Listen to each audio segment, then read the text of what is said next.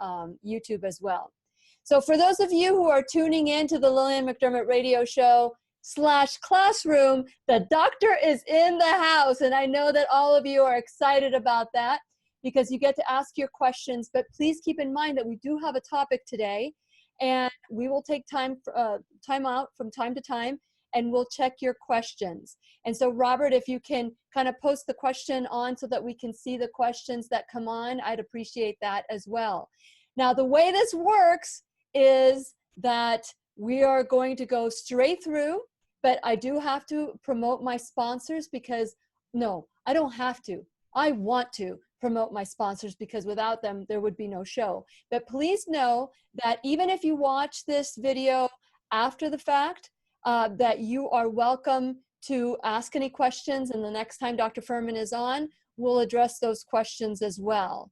But today, we're going to talk about how to get to the root cause of illness, of symptoms. Why are you having what you're having in your body, especially when you have achieved optimal health?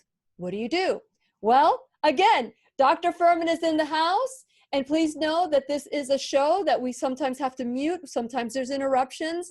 But I want you all to share and make sure that you are part of helping the show grow. So fasten your seatbelts.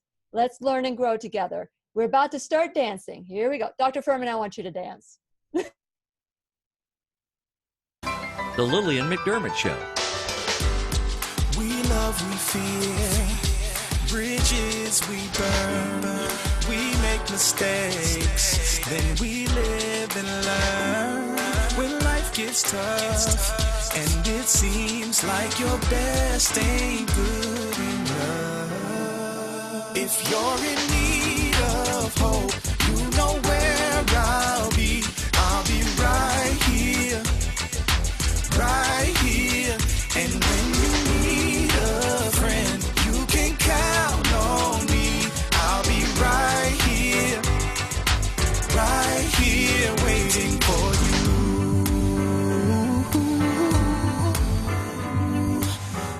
This is the place you can always turn to when you need a friend. The Lillian McDermott Show. To reach out to Lillian, visit her on the web at whenyouneedafriend.com. Now let's all learn together. Here's Lillian McDermott. Hello, my listening friend. It's so nice we can meet each other on the air on this beautiful, best day ever. And for those of you who have been tuning in, by the way, yesterday, my birthday and our anniversary, but we're going to celebrate big at the end of the month because we're going to talk about some changes to the show. But if you've been listening since 2011 or maybe just yesterday tuned in for the first time, welcome back.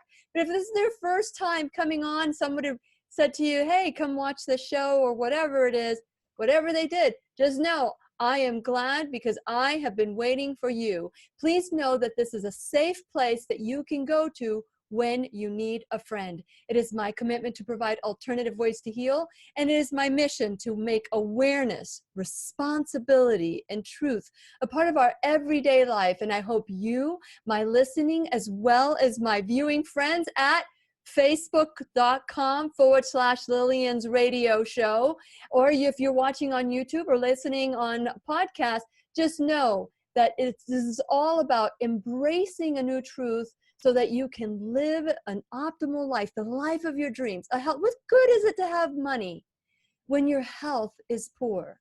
And we are so blessed that since 2015, I have journeyed with Dr. Joel Fuhrman, and how lucky are we that he is in the house, he's in the classroom today to answer our questions, but most importantly, to figure out, give us the power to look within and say, why am I still ill? Or why do I have, even if you are in optimal health, that you're choosing the right things, maybe you just need to tweak a little thing, or maybe there's something else going on.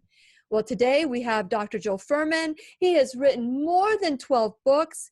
He has been healing people and researching and doing all the things that are important for us to learn this new truth so that we can say, it is time to take our health back. And since it is our sole purpose in life to give and receive love and knowledge. I am so grateful, and we are so blessed to have Dr. Fuhrman in the house. Welcome, Dr. Fuhrman, back to the Lillian McDermott Radio Show / classroom. Hello, great to be here as usual. Great to be here. And we have a lot of people who are excited to be in a live session with you and to ask your questions. But I just want to know, I want everybody to know, especially if they're new, where does your passion come from, Dr. Fuhrman?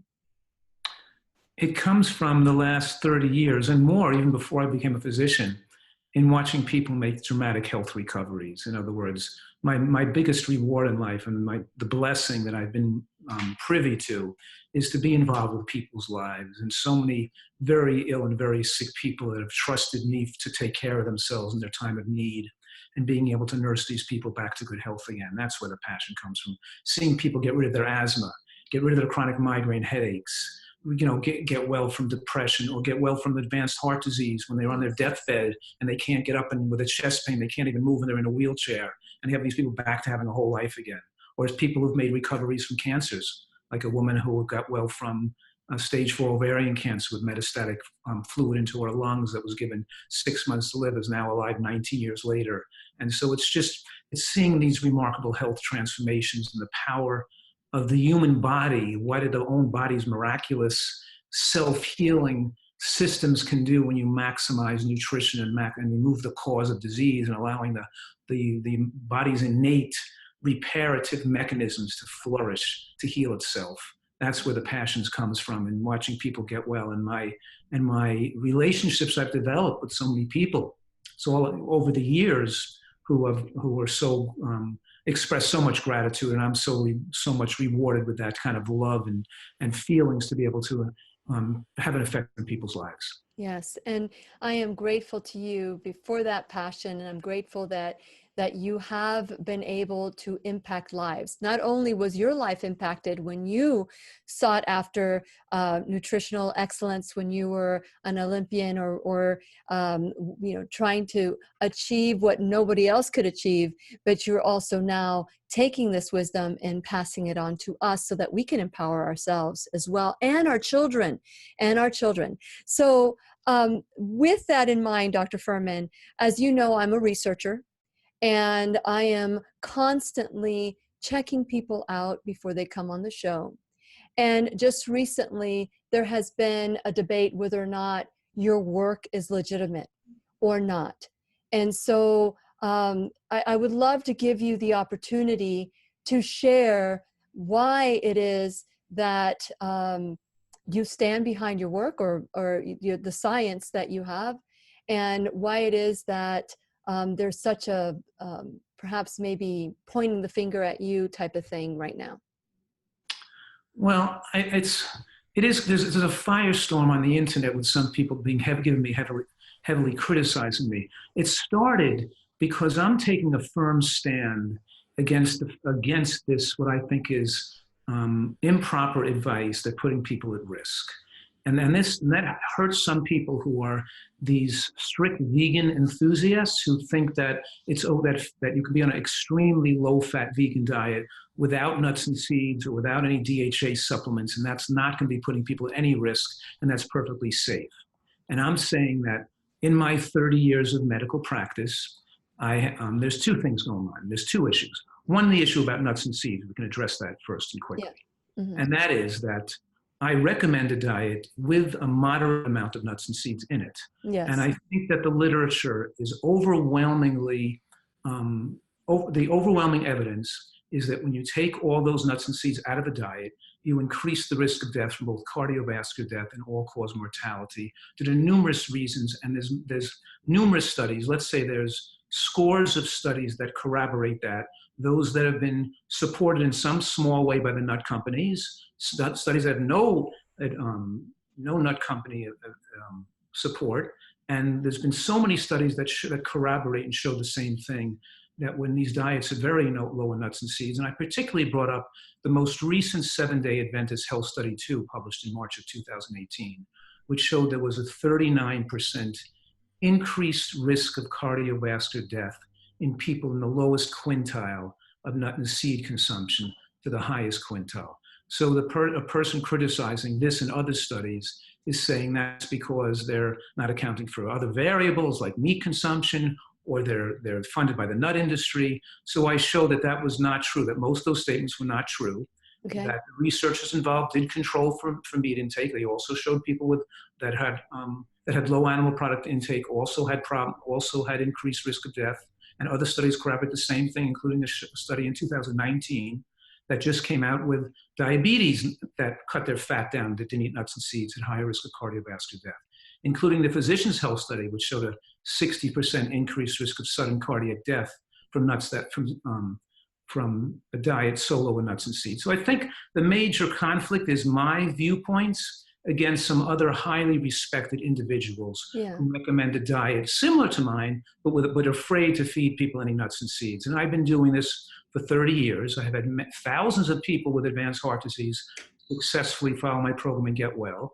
But because I was a busy family physician, the studies that I published on this maybe are not as, let's say, they're not as well done, or they don't have the number of people in my studies. But it's not about one study, my study compared to this other person's study that's better or worse. I don't think that's the issue.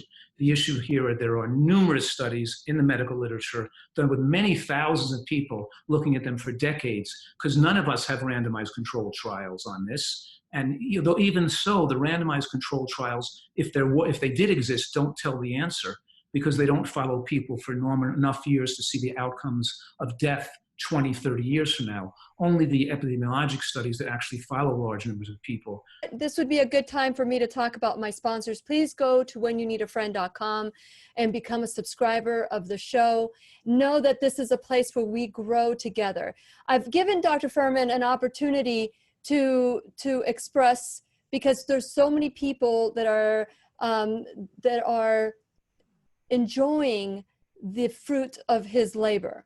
And when I learned about a nutritarian lifestyle, it made sense to me, because with nutritarian lifestyle, my husband could choose, if he didn't want to give up meat, maybe to reduce his meat.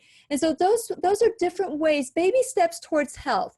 That is the way that we take that ownership for our lives. So with that in mind, I want us to all to say, okay, this was what works for me. It may not work for you, but let's agree to disagree, that the research is out there and it is doing well. Whether you choose to do vegan all the way, 100%, just know that there are some things that you need to look at. And if you're really heavily into other things, well, then there's some things that you may have to look at.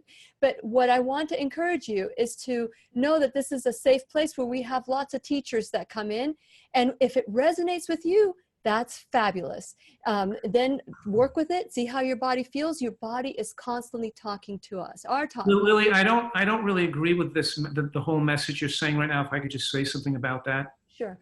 Because you're feeling great, it's resonating with you, it sounds good to you, you're feeling healthy, and you still could be destroying your brain in later life and get demented. Of course, I understand that. Once it occurs, it's too late. Once your brain shrinks, you're demented, you can't fix it then. And what I'm saying right now, for those people that are even doing well, I'm saying they all don't have to take a DHA supplement if they don't want to, but how much does it hurt people to tell them to at least get a blood test to make sure you're not in that percent that's severely deficient, that would most probably result in some major problem if you just did nothing later in life. Yes. So people that are opposing me and fighting me and criticizing me and calling them a liar, they're not even saying that anybody should worry about this or be concerned about it. They're saying no concern.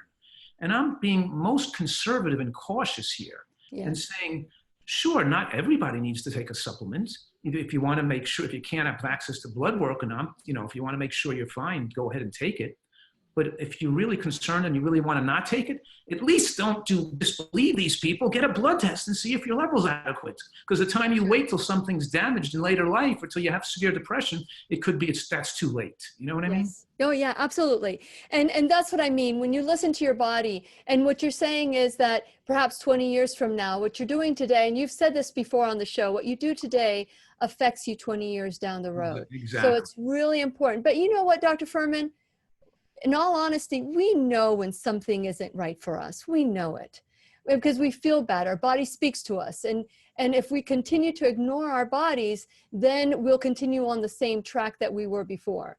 But going back to... I have a good friend of mine who she used to ski. One of my best friend's mother was skiing at the age of 80 in fantastic health. And she's still alive and thriving now in her 90s.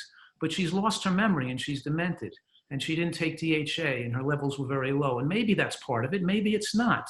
But the concern is there that we can't just ignore this stuff. If we're going to live longer, we got to protect our brains so that when we live that long, we have our full mental faculties intact. And I've seen enough of this to realize that I'm doing something that's very important and I'm passionate about, and not seeing people put in trouble by my advice and fighting to have not people got trouble from other people's advice either. Sure. I'm viciously attacked from it, called a liar and a fake because of this, because I want to make sure people are protected. Okay, and the next issue I wanted to talk about is that I've been attacked even more, very viciously, about a mistake that was made in a study, and a mistake I made about 15 or 20 years ago from a study that I was part of. They collected, in my practice, I think around 2002, 2003, I gave a series of 100 charts to a researcher who was working in my practice to do a research article. And I even asked Dr. Colin Campbell to put his name on, to look at the study and be part of it so we could submit it to be published, because I knew nothing about research or submitting articles. I hadn't done research articles before. And, in that period of time, that this article came out, was published with, I think it was saying that like the average person who was in that study lost 53 pounds. 53 pounds, yeah. 53 pounds, something like that. And I believed that.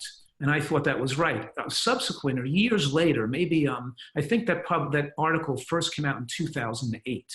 So I did not review the data. They had a statistician helping the researcher, Dr. Sauter, who was adding up the numbers. Yeah. She came up with the article and all the numbers, and I didn't review it and add it, but I didn't think it was my job, I didn't have the ability even to do that in those days.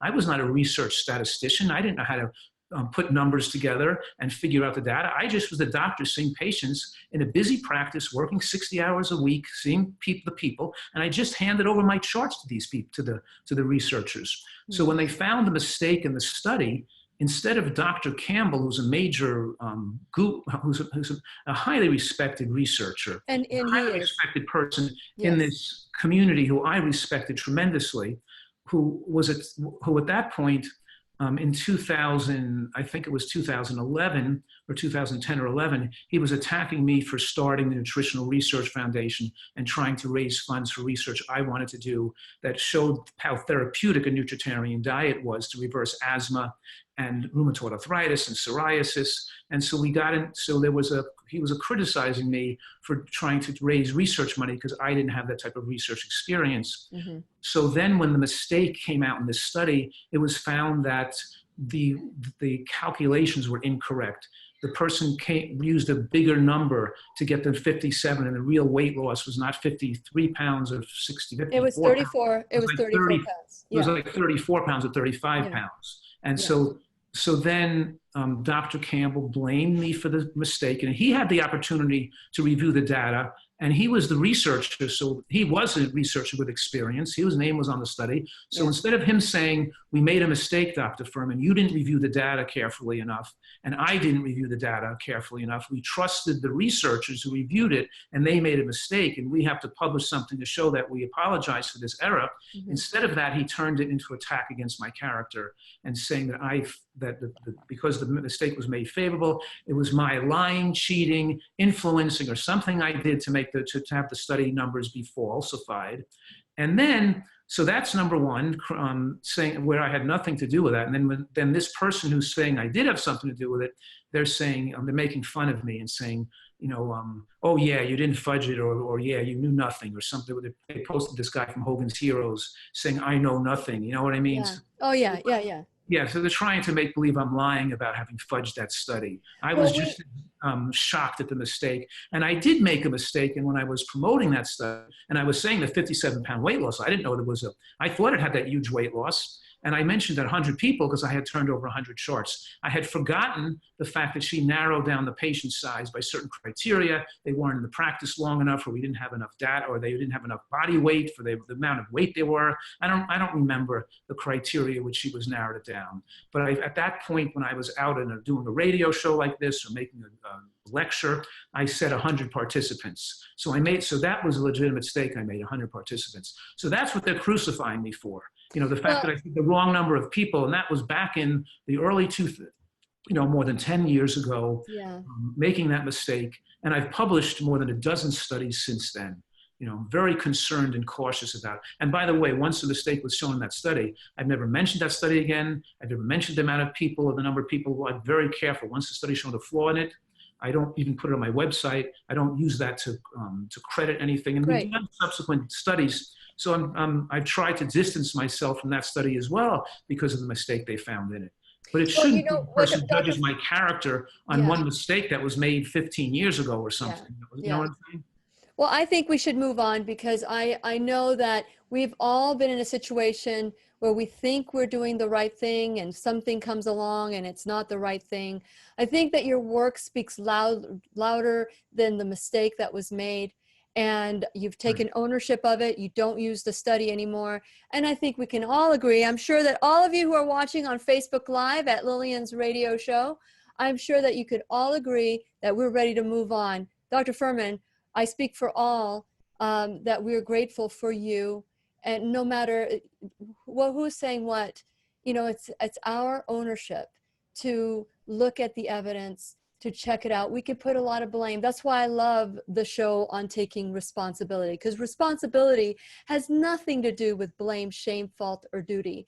It has everything to do with empowerment and freedom. And now that this is out, and it's like, once you diffuse a situation, it just cannot cause you any more harm. And so I'm hoping that all of you agree with me.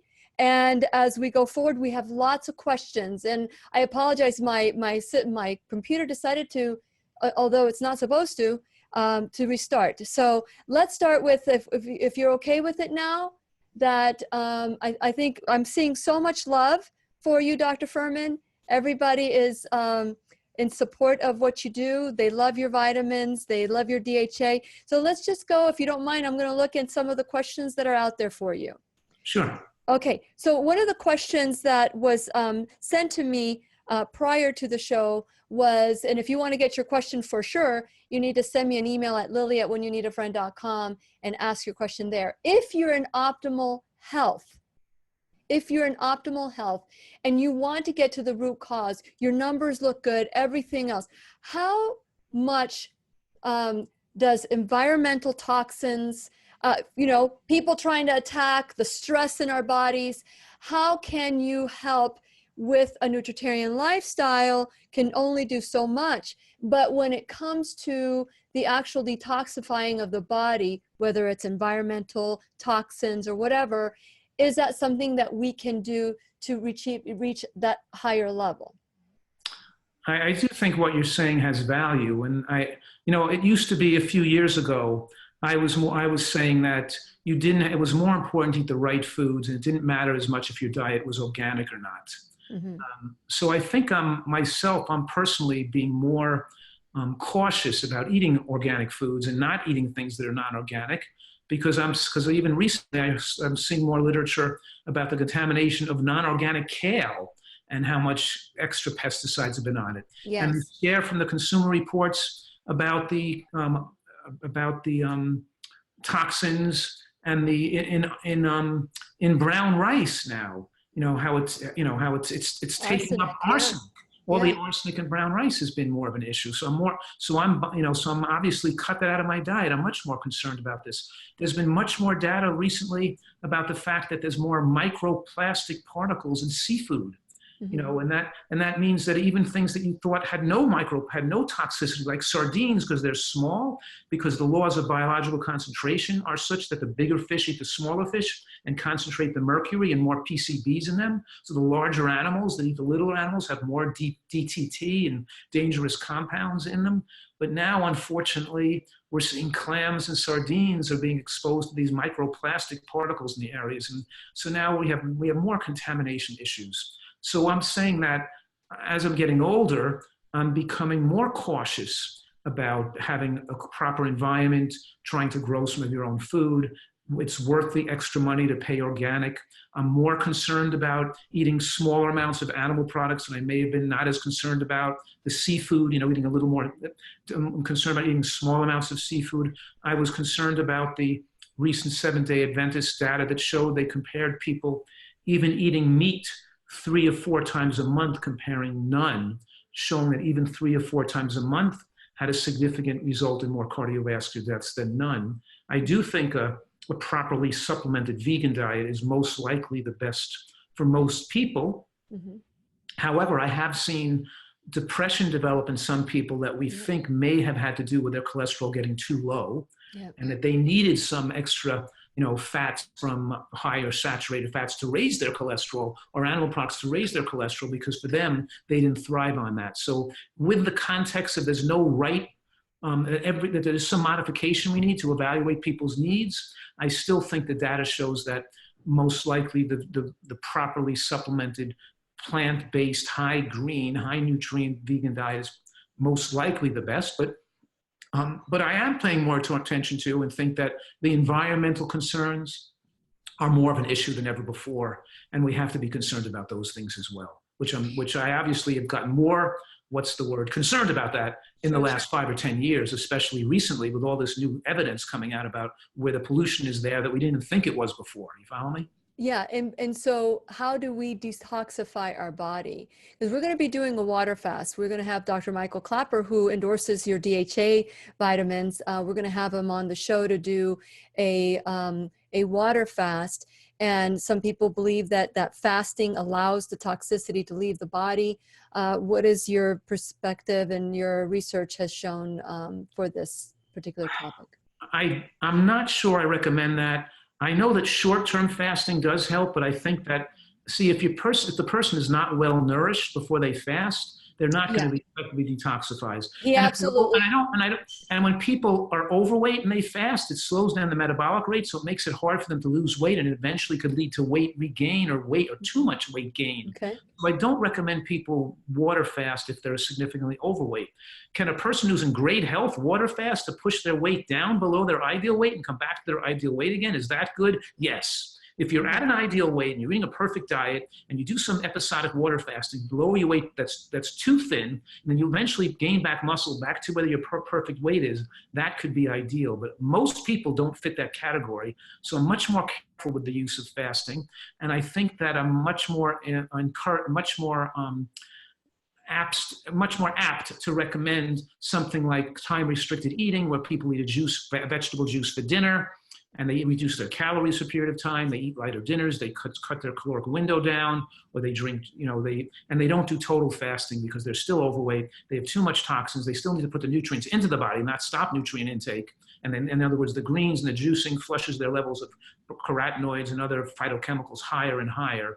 Yeah. And I know that we measure people's carotenoids with the skin scan we have in the office. Yeah. A lot of people's levels are low, and they've got to be 70 or 80,000, above 75 or 80,000, and they wanted to do that, sure. But most people follow in between 40 and 60,000. They should still be increasing the nutrients in their tissues.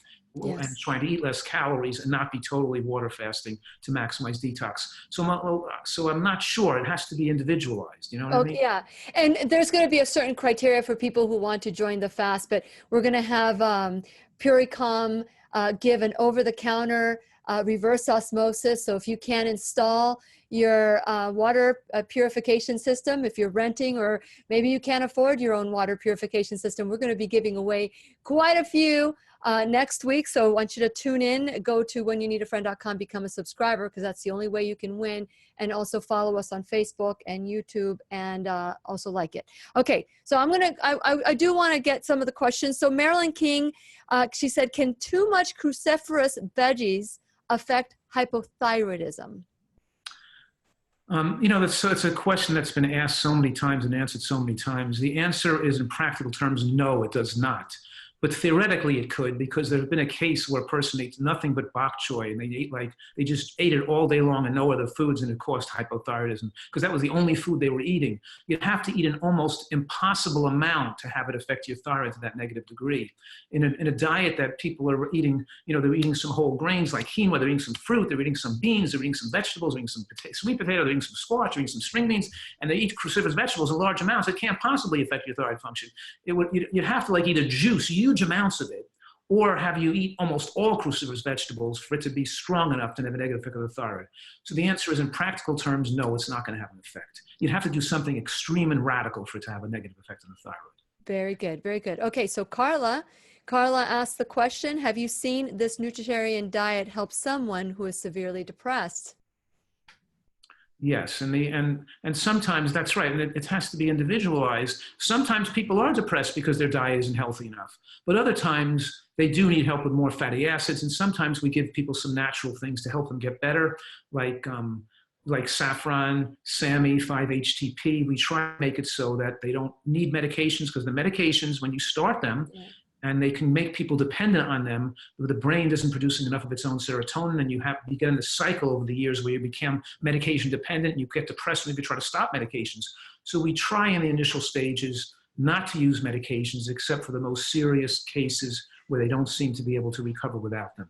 So the answer to the question is that fatty acids help. Some people are vitamin D deficient, that are bad. Some people that are omega-3 deficient, those things are very important. We talked about that earlier when you were asking me about the controversy in the vegan community saying you don't need DHA. And one of the issues were that when some vegans were developing anxiety, depression, we do a blood test to evaluate their DHA levels. They're very, very low, and we don't want that to happen. It could have been a contributory factor. We want to bring those up, and there are studies to show that especially taking EPA in large doses can help people recover from depression. So what are those large doses, Dr. Fuhrman?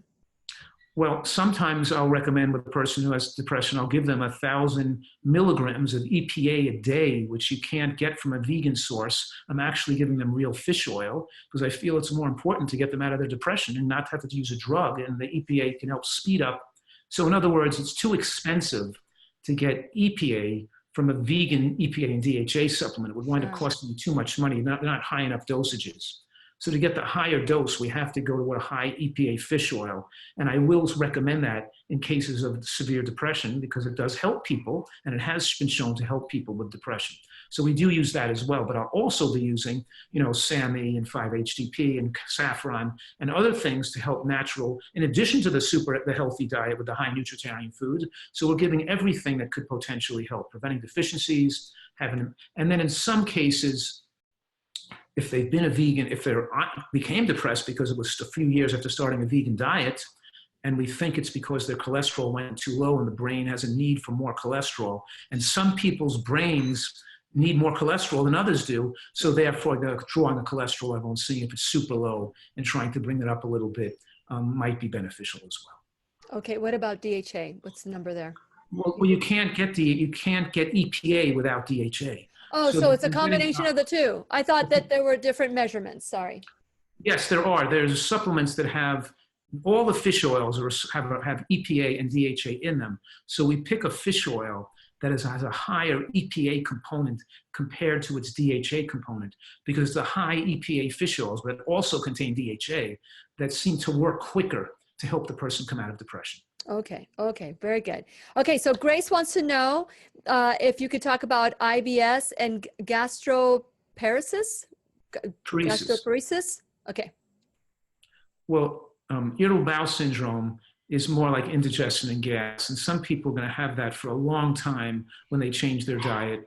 And what we do mostly is have people eat less food and only eat 2 or 3 times a day, but try to eat 3 meals a day, but chew your food to a liquid before you swallow it.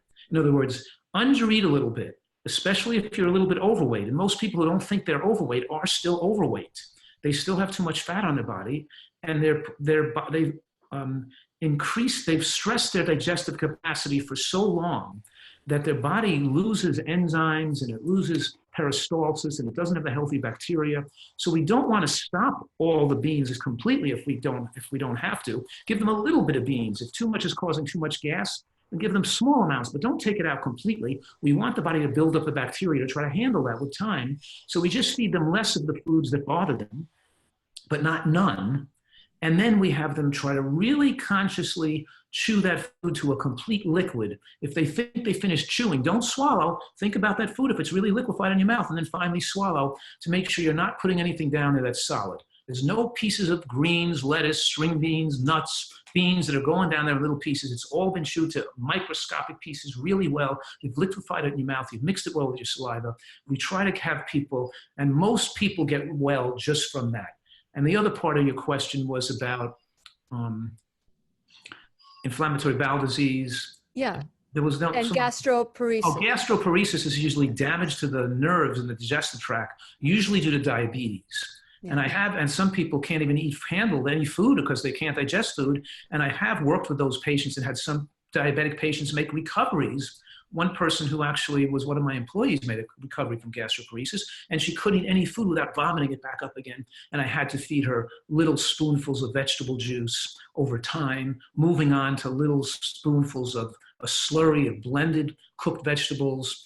So we had to feed her less food and a little bit at a time and gradually increase. But with lowering the glycemic effect, getting rid of the high glucose, feeding a very low glycemic plant diet, and trying to rest the digestive tract, I've seen these people able to recover again. So certainly there might be cases that are so severe that have been ignored for so long where a person's nerves can't come back. But luckily, the cases I've seen recently have been early enough onset where I've been able to reverse it and see the people go back to normal again, which has been very exciting. Very good. Now, going back to the DHA, our followers or their viewers want to know if there's a particular test to find out whether your cholesterol is in check, what are the numbers that you should look at, what are the tests that you should take to compare where you're at in your optimal health. Well, the people don't need that much testing if they eat really healthy. If they don't eat healthy, then we need the testing to prove for them they should change their diet or change something they're doing.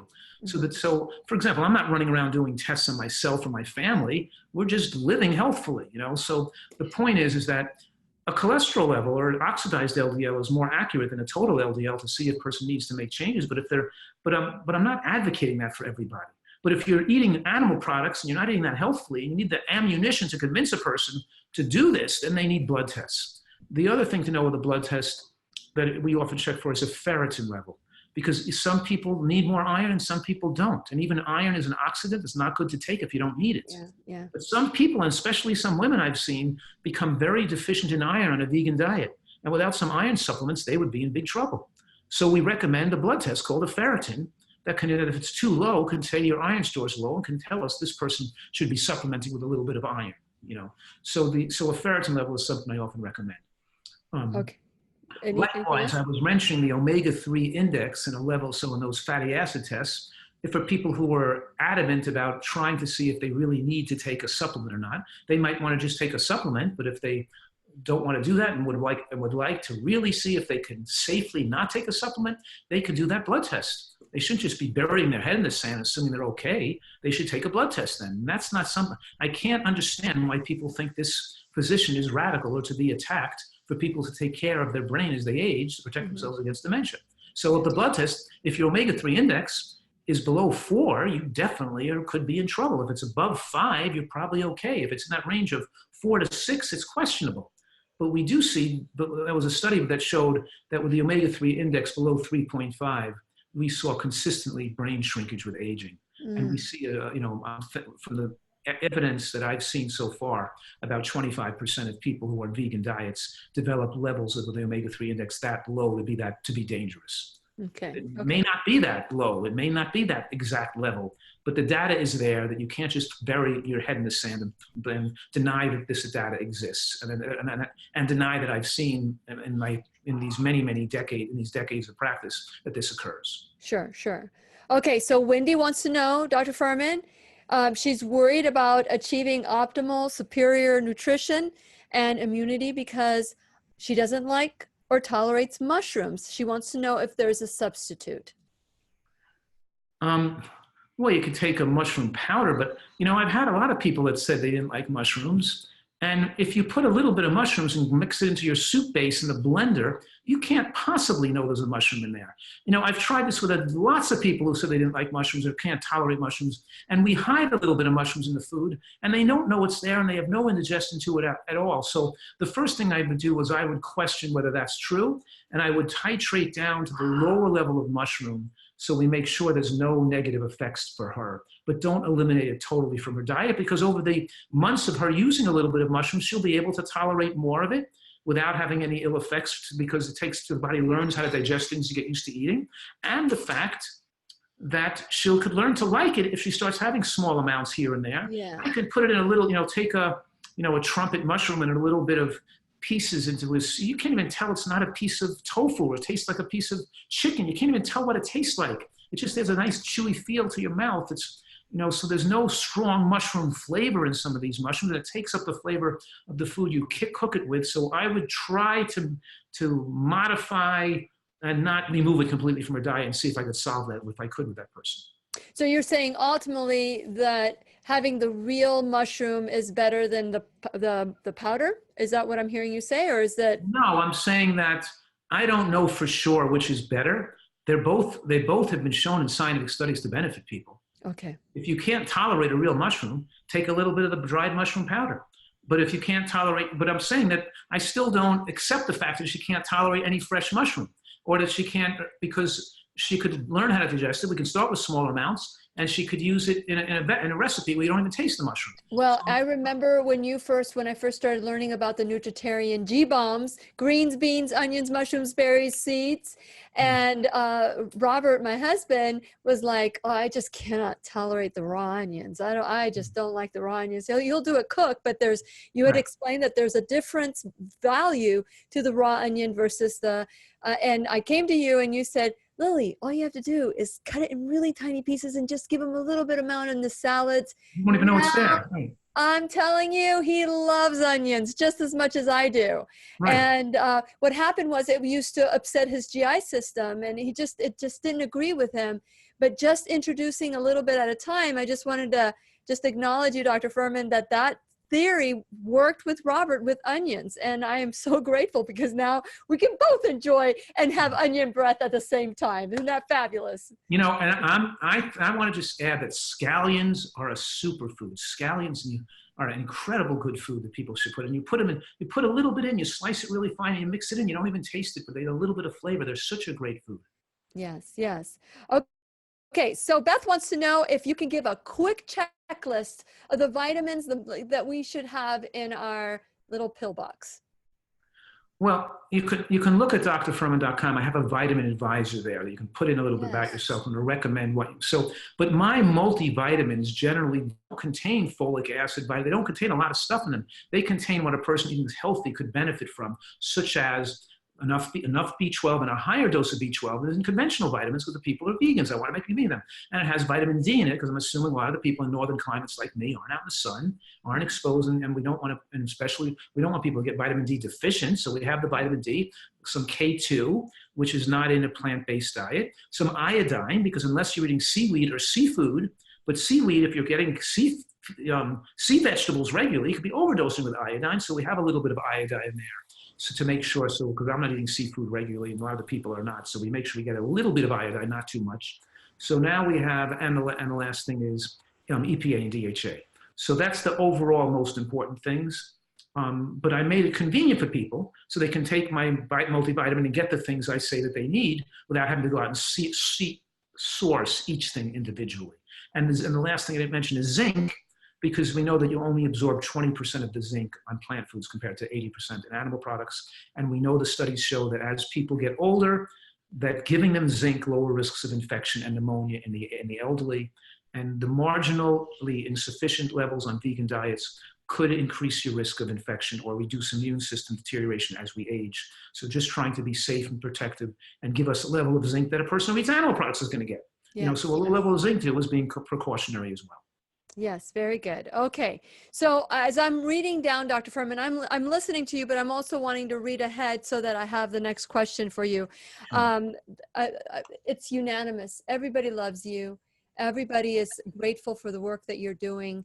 And I think that we need to focus and shift to, I remember I asked you this question, Dr. Fuhrman, a long time ago, and it resonated in me. And I want to, they say that the best advice that you can give is the advice that the best advice you can get or receive is the advice you give. And I asked you the question, I said, Dr. Fuhrman, with so many people that you love, how do you deal with people that you love that you can't impact? Because that's probably my biggest issue right now, is that there's a lot of people that tune into my show and their life is changing, just like my life is changing. But then I asked you the question, I said, how do you deal with the family members, those you really want to impact change? And you looked at me and you said, you know what, Lily, I need to focus on the people I can help. And that's what I advise you, is to focus on the work that you're doing, all the evidence that you see. And I believe that you're open enough to say, hey, if a vegan diet works for you, then that's great. But just be warned that this is what's going to happen. So as I'm reading, I'm seeing all the love for you on here. Okay, so. Thank you. And I'm also saying that we can still give people our conditional love, our thoughts, and use our intelligence, creative minds to try to have goodwill for them and to love them and to not make them feel that we don't care about them or lost our feeling for them because they don't follow our diet we recommend or something like that. That's so I think we have to, and in the long run, that's going to help you so much more. Just go out of your way to give these people unconditional love and caring and feeling, and don't make this a battleground, and just be the role model of your great health and your happiness with taking care of your own health. And you'll see, you'll get, they say you'll get more flies with honey that way. That's right. And, let's focus on what we have in common. I think we all want to be healthy, and we have different ways of achieving it that work best for us. And so, Dr. Fuhrman, I know that we're going to maybe address a little bit longer if you are available, but right now we have to say goodbye to the people that are listening on podcasts. If they want to join us in the future, they can join the extra time with us here on the Lillian McDermott radio show at whenyouneedafriend.com and on facebook.com/ Lillian's radio show. Thank you, Dr. Fuhrman. I stand next to you, and I know that there's a lot of greatness out there. And I am grateful that you are part of this show. Thank you very much, Dr. Fuhrman. Thank you. And to you, my viewing and my listening friends, stay tuned because we're going to ask some more questions later. Please remember, I'll be right here waiting for you worldwide at whenyouneedafriend.com. This is Lillian McDermott wishing you love, peace, joy, and unexpected abundance. Make it the best day ever. The opinions and advice expressed on the Lillian McDermott radio show are intended for the individual callers and guests on the program and are presented to our wider audience solely for general educational purposes. Please act responsibly and consult personally with your own medical, psychological, or nutritional expert before taking any steps to improve your life. Okay, Dr. Fuhrman. One of the questions that came in before the show started was from a person who is a nutritarian. And they wanted to know, they think they know how you're going to answer this, but they just wanted to find out what your opinion is for, it's ad libitum, which is plant-based dieting, which is calorie dense, that they're saying that you offer a moderately restricted and slow metabolic rate, but those others that allow you to eat just as many times as you want, anything that you want, he mentioned some names on there, but I don't want to mention names because everybody has their thing, where they're saying you can eat at all time. You're basically saying, moderate caloric restriction. Right. And so the question to you is, how would you advise people that are to remain compliant with what's right. Let me tell you what I think is most important. Mm-hmm. I think it's most important not to go to bed on a full stomach and not to eat a lot of food late at night. Okay. So I'm suggesting eat 3 meals a day without snacking. But if you disagree with that, because maybe it'll be just as good. I'm not 100% on that. Maybe it'll be just as good to eat 3 or 4 meals a day. But one thing I really strongly want to stress is don't eat a lot of food late at night. Eat an earlier and eat a lighter dinner. So don't go to bed with a lot of food in your stomach. That we know is bad. Yeah. So I think there's some things here that should be in the non-controversial. Some things are theories and some things we have a lot of evidence for. And I think that we should not be sleeping, and we should try not to eat big dinners at night. And that's like the European model. They go out to dinner at 9 o'clock at night and eat a big meal at 9 o'clock at night, and then they go to bed.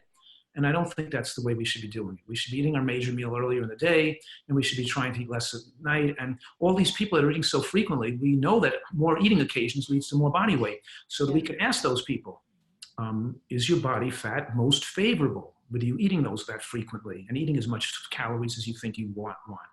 And so is your weight, is your BMI favorable? I'm suggesting a BMI should be below 23 for a male and probably below 22 for a female. And is your body fat low? For my body fat's 10%. I'm 65 years old. I have a 10% body fat. My daughter Jenna has like an 11% body fat. She's a female. I'm not recommending that for other people. She's very muscular. But I'm saying that, a woman should have a body fat certainly below like 22.5%, a male below 15%.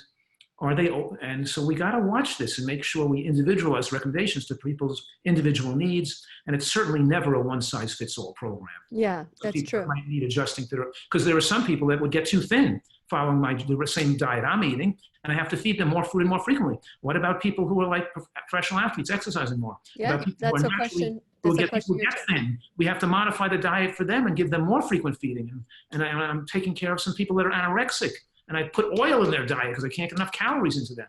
So it's not the same plan for every person. You got to do what works for that person. You know what I mean? Yes, absolutely. And I think so too. And so with that in mind, I know that you guys have a lot of questions. So I'll just take, Jess, I don't know how much time you have, Dr. Fuhrman, because I know this is dinner time for you and your beautiful wife who snuck in for a little bit. She just did you see her in the background? She just snuck in. Did you guys all see her? She is the cutest, the cutest, the cutest. Okay, so Jess is offering that we water saute mushrooms and then put them into pasta sauce and blend them with an immersion blender. So basically she's saying the same thing that you're... I'm fine with that. Wendy's going to try. She's going to try. This is good. So I'm just trying to read as fast as I can. A great way, Krista says, to hide mushrooms is with your better burgers. And there we go. Mushroom smoothie. What's your opinion? That doesn't appeal to me, a mushroom smoothie, though. But don't forget, I'm saying the mushrooms should be cooked. That's right. I was just going to... We shouldn't have them raw. We want people to cook their mushrooms. Yeah, let's talk about that. Let's go through... And the beans should be well cooked, and you shouldn't be sprouting big beans. You could sprout mung beans, and you could make... but you should, and lentil sprouts, but you shouldn't be, and radish sprouts, and broccoli sprouts, but you shouldn't be sprouting the big beans. You should be cooking them for a long period of time. And mushrooms should be conservatively, could be cooked to put in soups or stews or chili as well. Yes, yes. Okay, so let's go through the G-bombs real quick for someone who's just tuning in for the first time and they're going, what the heck are G-bombs? Can you go over which one and what their macronutrient value is, and if it has to be raw or cooked? While I'm reading your questions. Right. The G-bombs, greens, beans, onions, mushrooms, berries, and seeds. Greens, beans, onions, mushrooms, berries, and seeds. We're talking about green cruciferous vegetables being so protective against cancer and promoting longevity. And we're trying to eat them raw or partially cooked, not heavily cooked. But if you do cook them in a soup or a stew where you're heavily cooking, you should blend them first or chop them very finely.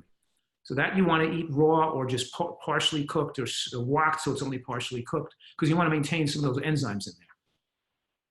And then you have beans. Beans should be thoroughly cooked. They should be soaked overnight. You should change the water, and you should cook them for like 2 hours, except for split peas and lentils, but because you cook them a long time, so you get rid of all the gluten, all the lectins and things that are not good in beans that are not thoroughly cooked. Mm-hmm. And the beans are safe and they're lifespan promoting, and they have anti-cancer effects if you cook them a long time. So there's some people advocating that beans are bad because of the lectins, but it's only if they're not cooked or they're sprouted. So then you have greens, beans, onions, and you have onions. Again, onions, scallions, shallots, or you should eat them raw or partially cooked or blended and cooked in a soup or a stew, because we want to keep the enzymes intact. So we want to try to put onion and scallion and use them in a wok, so they're just partially cooked, or eat them a little bit shredded on our salads and things raw, because they're better, get more anti-cancer effects raw. And then you have greens, beans, onions, mushrooms. Mushrooms, there's a mild carcinogen called agarotine that blows off with cooking. You should put a little quarter cup of water in a pot or in a pan, and you should put a couple of tablespoons of water in there, turn it up, flame up high, and just cook them for 2 or 3 minutes until they start to, change their color a little bit. And I don't even do that to them. I just throw them into my soup, throw them into my stew, throw them into my chili. I just cook them in whatever vegetable dish I'm making usually. When I'm cooking scallions with zucchini and mushrooms, I'll just put it all together. Bok choy with onions and mushrooms, I'm cooking it all together. And then I'm putting up some sauce on top. And then, of course, berries, which should be, of course, they're eating raw, but I eat a lot of frozen berries. I eat some of them partially defrosted, where I put them into my, I'll take them out of the freezer and I'll let them sit a little bit, and I'll put them in mix them in my cereal, my quinoa with flax seeds and with, wild blueberries frozen in there with a little bit of plant milk I made with hemp seeds and almonds and water and a date and some vanilla bean powder. I put a little natural hemp almond milk on top. So they're like partially defrosted. I love to eat frozen fruit, frozen cherries, frozen jackfruit, frozen berries that are just partially, that are like, let them get at room temperature, let them so they're like a little still cold, so they're almost like ice cream, but not totally. You got to let them sit for 10 minutes out of the freezer so they partially defrost. I use that a lot in my eating and cooking. Or I'm just getting fresh berries, but fresh berries are expensive and they go very quickly. They're very expensive. It's much cheaper.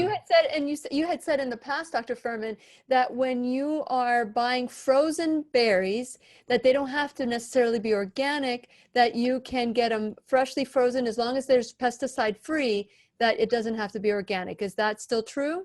I think it's true. I contacted the Wyman Blueberry Company, who don't have organic blueberries. And I said, can you let me know what kind of sprays, pesticides, things you put on your blueberries? Then I noticed they're not organic. And they said there's no pesticide residue. They don't spray it with anything. The reason they can't use the organic label is because they use some type of anti-fungus on the plant when it's young before it grows the blueberries on the plant. Mm-hmm. So they're using it on the plant itself, but not on the berries at all. They said there's nothing sprayed on the berry and nothing put on the plant once the berry is formed on the plant. Mm-hmm. So I felt it was okay, and I still feel it's okay to eat from those frozen blueberries that are not organic, and it makes it affordable, because otherwise the berries can become too prohibitively expensive for people to use them. Mm-hmm. So I think that's still an excellent food. Yes. And then lastly is seeds. And we're talking here about the S and G bombs, standing for flax seeds and chia seeds and hemp seeds and sesame seeds. I do have seeds in my diet every single day. I alternate them around. I'll put hemp seeds in my steel cut oats, or I'll put flax seeds or chia seeds. I'll eat sesame seeds in my salad. I'll vary the seeds because the seeds contain these lignins that are so protective that nuts don't have. So we're saying seeds specifically, not nuts. You still can use nuts in your diet, but separately, it's the seeds, because the G-bombs stand for the most powerful anti-cancer elements that you want to try to eat every day. So I make it a conscious effort to eat some seeds every day. And of course, flax seeds have the most lignins. Chia seeds have the next most. Sesame seeds don't have as much, but still have an amount. And hemp seeds are high in omega-3, but I don't think they have much lignins in it. But that's why I usually do a hemp seed plus some of the seed to get those lignins, anti-cancer lignins in there. Yes, yes. And before we go, Dr. Fuhrman, I would love for you to explain how you do your soups, where you puree some of the broccoli and the onions and all the things you puree before you put it into the mixture of the pot for the vegetable pot. Right. So when I make my soups and I put in vegetable juices, a lot of carrot juice and water in the beans, started cooking, I cook the split peas in a separate pot because the split peas I'm going to put in the blender, and once they cook for 20 to 30 minutes and make them creamy, and because I don't want them to be lumpy, I want them to be smooth and creamy, but I don't want to blend the beans and the azuki beans and the red kidney beans. I want them to be lumpy. So I cook the beans in a separate pot so I can blend them so it thickens the creamy, smooth base of the soup. And then the onion and the leek, I'll take and I'll cut down the middle and remove the dirt, but I'll put them in the blender and ladle a little soup liquid in there to blend it to make the organosulfide compounds. People know a chemical reaction occurs because they know when they cut onions, it makes your eyes tear. So we got to do that while it's still raw to form the chemical compounds that are in the onion that fight cancer. But once we cause that stink to occur and the gas to come off the onion and the leek and the scallion, then we can pour it into the soup to cook, because the anti-cancer compounds could be formed. So I don't put chopped onion in the soup. I put the blended raw onion family into the soup. And then I take the collard greens or the mustard greens, or the turnip greens or the bok choy or the kale or the broccoli rabe, and I'll put that separately in the blender because now we have a different enzymatic reaction with a little bit of soup liquid in there and blend that to a thick green slurry like a puree and then pour that into the soup. So now, and then I put the spices in, the chopped mushrooms in there. And I usually put zucchinis whole in the soup and take that out with tongs and put that in the blender too and blend the zucchinis in, creamy and puree that in the soup too. So the things that are not pureed, that are lumpy and chunky in the soup are the beans, the azuki beans and the red kidney beans and the mushroom pieces. And maybe sometimes I'll put chopped parsnip in there, or it could be chopped something else. But the creams that I make creamy and smoothie are the peas, the onions, the leeks, and obviously the green cruciferous vegetables to get most cancer effects out of those vegetables. Yes, yes. And how long do you cook it for? Well, once I put the beans in the water up there and put the flame on, then I'm going to have that cook for at least 2 hours because the beans I want to cook a long time. Mm-hmm. While it's cooking, I'm adding stuff to the soup. I'm adding the zucchini, I'm adding the peas, I'm adding the blended vegetables. I'm working on that soup while it's cooking. It takes me like 40 minutes to make the soup. So it's probably cooking another hour and 15 once I added everything to it. But the beans themselves were cooking 2 hours. Yes, and it's delicious. And you know, we've done so many shows about batch cooking. I want to encourage all of you to go to whenyouneedafriend.com. Check out my sponsors. I didn't get to talk about my sponsors, but please go to whenyouneedafriend.com, subscribe, check out my sponsors, because they're supporting the show so that we can bring this to you at no cost. This is the classroom that when the doctor's in the house or whatever topic that we talk about, that ultimately you are the co-creator for your life. Everything that is around you, you have created. And the good news is that if you created it, you can uncreate it. So please follow us, like us, spread the news, share this video, let people know that we're all about loving ourselves, loving our body, spirit, mind, and body, not just food, because food is important, but that's not all. You know, we talked about environmental toxins. We talked about so many things. Even mushrooms and raw could maybe have some potential. So in that little batch that you're smoothing, for those of you who don't like mushrooms, stick a couple of mushrooms in there and get that healing power of the mushroom as well. Thank you, Dr. Fuhrman, for everything that you do. I am so honored that you have been on my show since 2015 every month, and we've had a lot of fun together. So thank you very much. Anything that you would like to say before we go? No, I think this is really, I like this format that we do not be without interrupting all the commercials. It's I know. You can really get so much more information. I know. It's really exciting. It's a really good job. Thank you. Thank you. I've just decided that you know, the radio station I'm just doing things my own way now, you know, and I'm glad that we are able to talk through. And then once we get the obligation done with the podcast, then we can have our own private little party. So continue to join us. Dr. Fuhrman will be back next month, and we'll pick a topic, and hopefully you'll be able to ask your questions while he's with us again. So thank you, Dr. Fuhrman. It is such a pleasure to have you on the show. And thank you, all of you, whether you're watching on YouTube later on or on Facebook Live. It is so